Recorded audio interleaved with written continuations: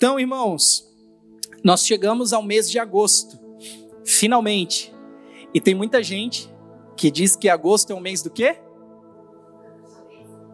Opa! Temos uma crente entre nós. É isso aí, agosto é o mês da bênção. Tem gente que diz que agosto é o mês do desgosto. Já ouviu falar isso? Você já disse isso? Pois é, eu já disse algumas vezes antes de me converter, eu já disse que agosto é o mês do desgosto. Mas irmãos, olha como é sério aquela questão, né, que nós sempre falamos sobre o poder que há nas palavras. Às vezes a pessoa está amaldiçoando o seu mês inteiro e tudo que vai acontecer nele porque ela está declarando que no mês de agosto vai ser um mês de desgosto na vida dela. Como é que nós podemos querer viver coisas boas, viver coisas positivas, se nós declaramos coisas negativas? Então, irmãos, é isso aí, agosto não é o mês do desgosto, agosto é o mês da bênção, agosto é o mês da glória do Senhor, o mês da presença. Declare aquilo que você precisa para esse mês. Agosto será o mês das portas abertas. Você sabe que nós não colocamos tema nos nossos meses aqui na igreja, como alguns ministérios fazem, porque o Senhor está a todo tempo disposto a abençoar, a dar saúde, a dar vitória, a dar tudo que você precisa. Então, declare aquilo que você precisa para esse mês. Se talvez o que você está precisando é uma porta de emprego, diga: agosto será o mês das portas abertas. Se você está precisando de cura no seu emocional, na sua saúde, declare: agosto será o mês da cura do Senhor. Mas não perca a oportunidade de abençoar o seu mês. Amém? E talvez você chegou aqui nesse culto com esse sentimento hoje de desgosto, abatido, triste, talvez angustiado com alguma situação que está te cercando há muito tempo, ou que bateu na sua porta essa semana. Mas o Deus que te trouxe aqui é o Deus da restauração. E esse é o tema da nossa mensagem de hoje, a nossa mensagem de ceia, o Deus da restauração. Então eu queria que você abrisse junto comigo a sua Bíblia no livro de Isaías. Isso aí, glória a Deus. Livro de Isaías, e aí você vai até o capítulo 40, e procura o versículo 28.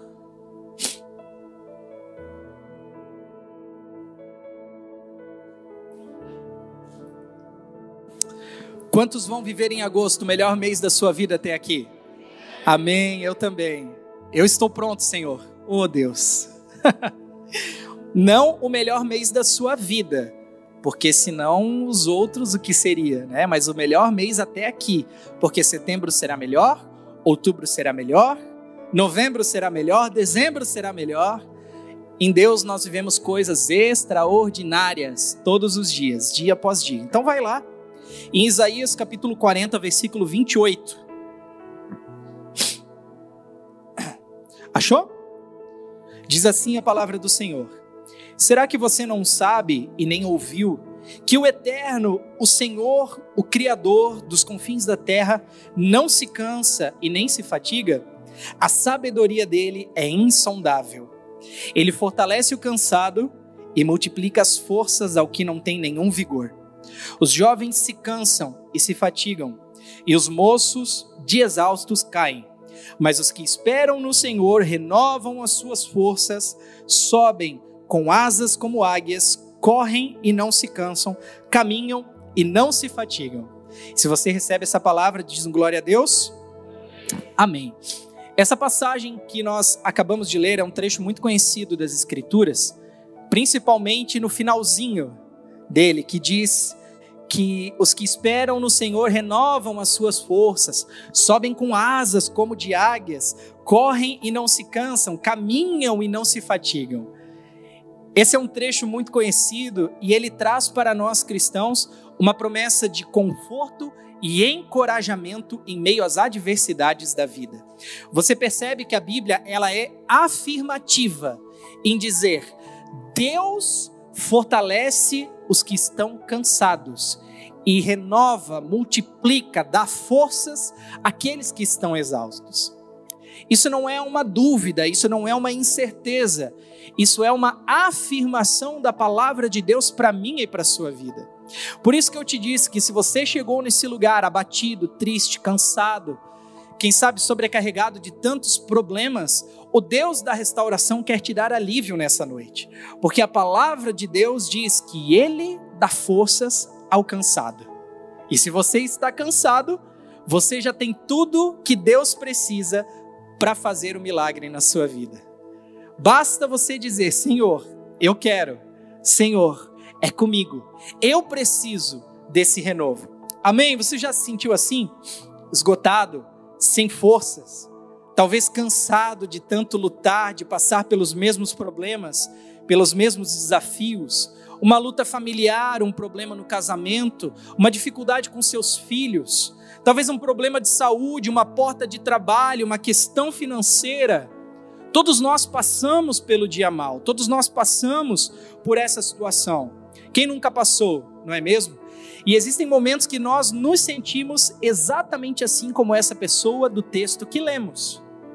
Cansados, exaustos, fadigados, sem força para seguir em frente, prestes a desistir talvez da sua família, prestes a desistir talvez do seu projeto de negócio, prestes a desistir, quem sabe até da vida.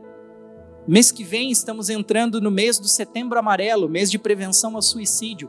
Quantas pessoas desistem da vida? Não porque não querem mais viver, mas porque não querem mais viver daquela maneira, não querem mais viver naquela situação. Então tem pessoas que chegam a esse ponto, se sentem exaustos, incapazes de resolver tantas coisas, tantos problemas. Aí a gente vem no culto, achando que aqui nesse lugar as coisas vão melhorar. Mas aí você chega aqui e você percebe que só estar no culto não basta, porque aquele louvor não te toca, a palavra não te satisfaz.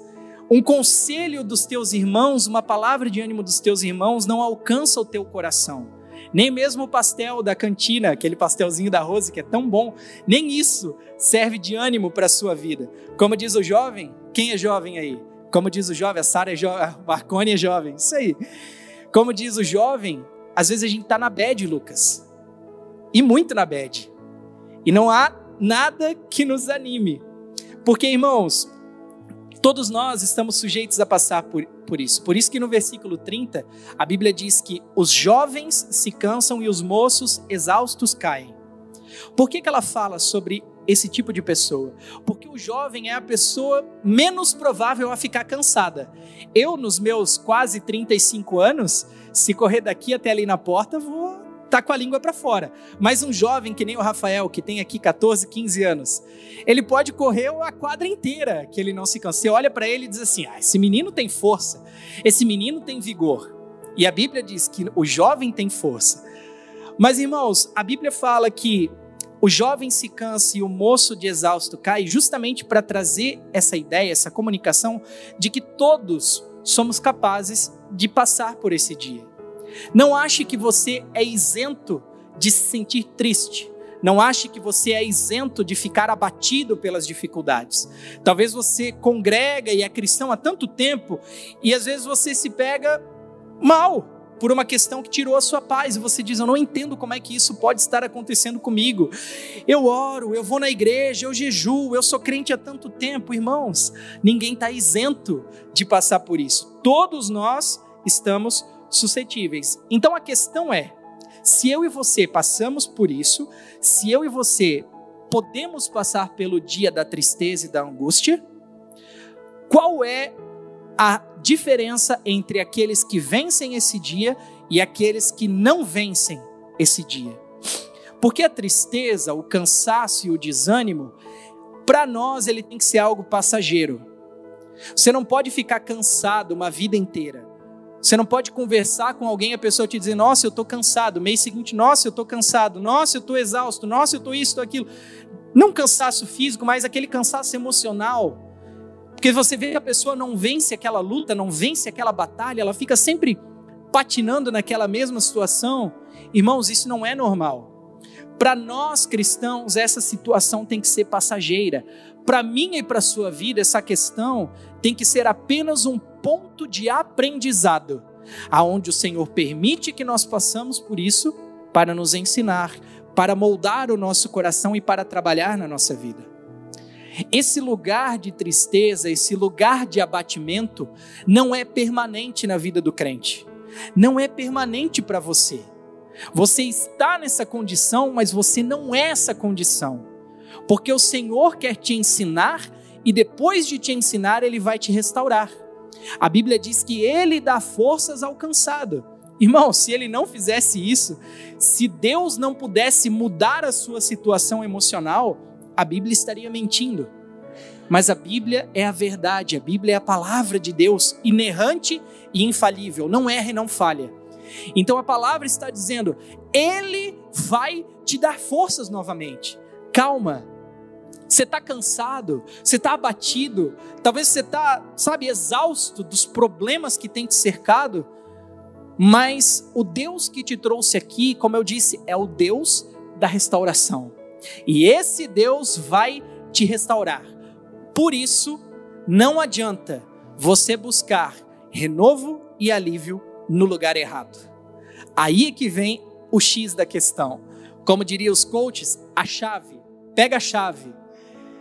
Irmãos, quando nós nos sentimos assim, quando nós nos sentimos cansados e sobrecarregados, não adianta nos iludirmos com a ideia de que o nosso renovo, o nosso alívio, a nossa restauração está nas coisas do mundo.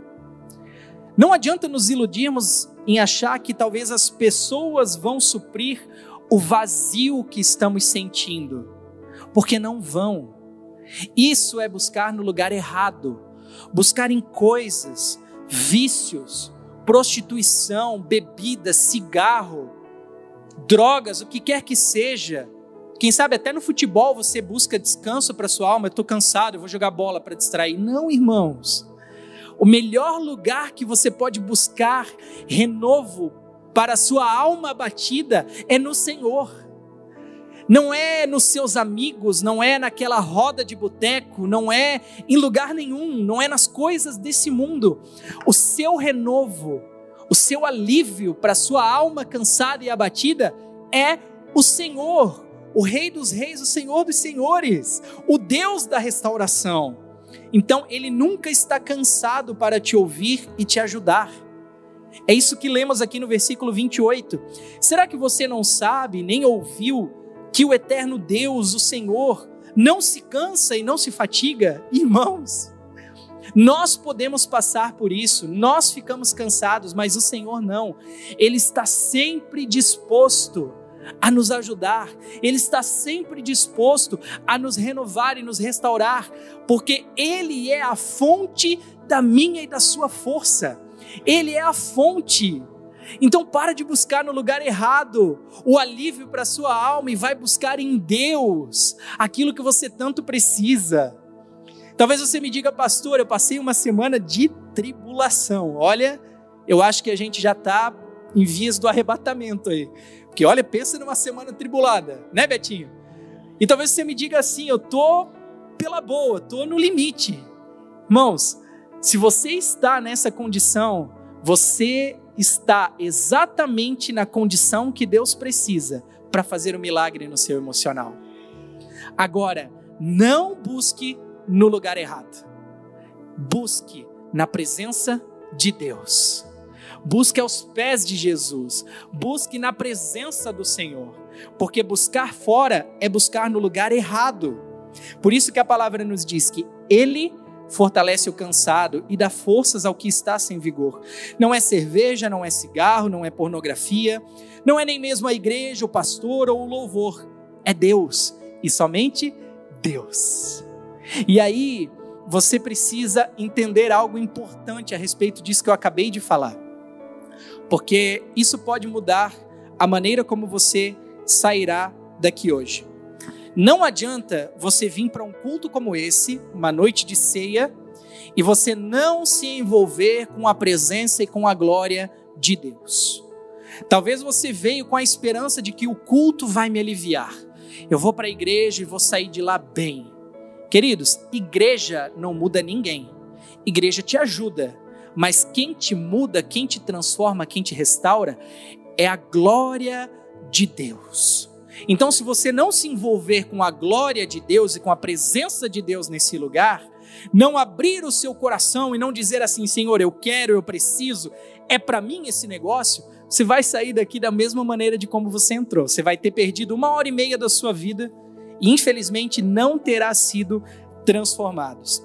E é importante você entender isso, por quê? Porque existem pessoas que vêm no culto e são transformadas, saem daqui diferentes.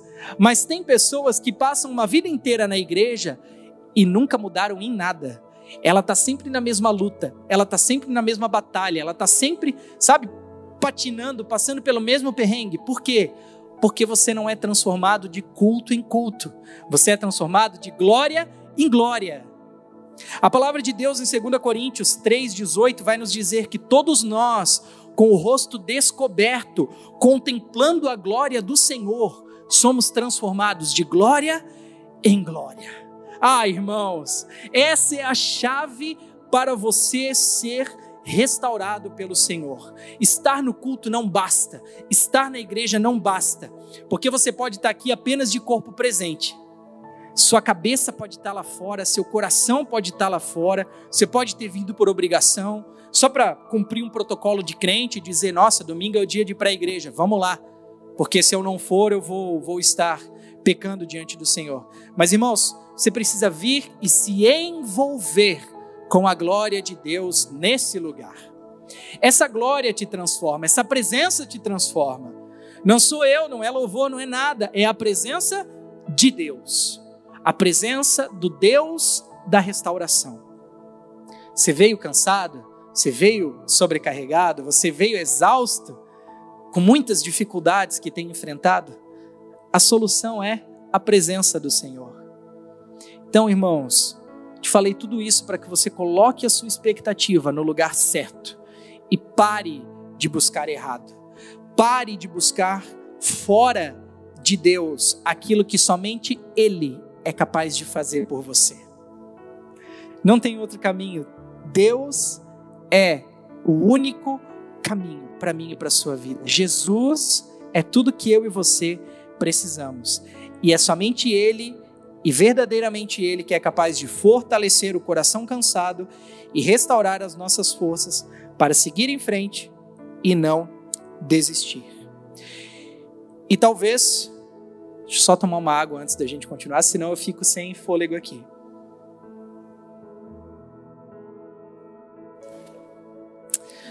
E talvez você não entendeu a grande questão de estar cansado.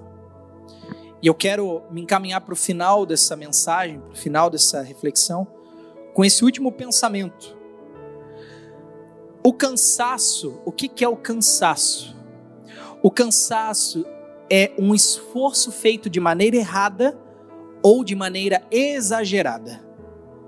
Se você perceber, provavelmente, e muito provavelmente, muitos problemas que você tem enfrentado, muitas dificuldades que você tem tido que lidar na sua vida, está sendo dessa maneira porque você está fazendo do jeito errado.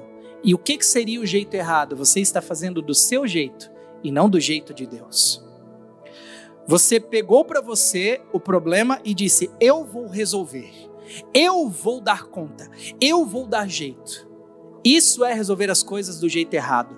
Quando você assume isso para a sua vida e você traz para você essa questão, você está simplesmente gastando energia à toa.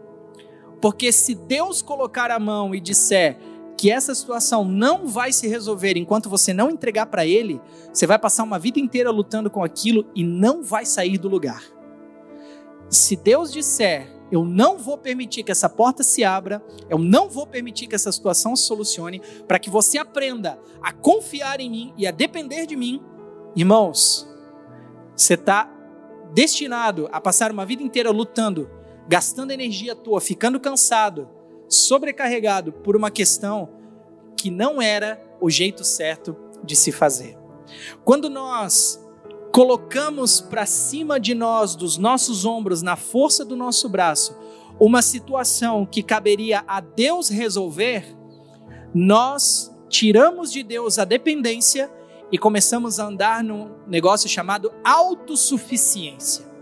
E a autossuficiência é o maior perigo para o cristão, porque quando caminhamos sozinhos, quando andamos baseados naquilo que acreditamos ser o certo, naquilo que sabemos fazer, naquilo que conseguimos fazer, Deus perde toda a autonomia que Ele tinha sobre as nossas vidas de dizer: eu estava te conduzindo, filho, mas você quis ir por esse lado, você quis fazer dessa maneira, você tomou para você um controle que era meu, então agora você está andando na autossuficiência e não mais na dependência. Você quer resolver isso na sua vida? Você quer fazer da maneira certa? Entrega para Deus. Essa luta que você tem passado, essa batalha que você tem enfrentado, você não precisa passar por isso sozinho, você não precisa lutar sozinho. Para de trazer para você um problema que Deus pode te ajudar. Quando você faz sozinho, você cansa. Quando você faz na dependência do Senhor, na força do Senhor e não na sua força, as coisas fluem muito melhor. E aí nós entramos exatamente no contexto do versículo 31, que é o quê? Aqueles que esperam no Senhor renovam as suas forças, sobem com asas como de águias, correm e não se cansam, caminham e não se fatigam. Está falando de quem? Está falando de uma pessoa que está na dependência de Deus, de uma pessoa que não está lutando sozinha, de uma pessoa que não está caminhando sozinha, mas de uma pessoa que entendeu que somente Deus pode ajudá-la da maneira certa.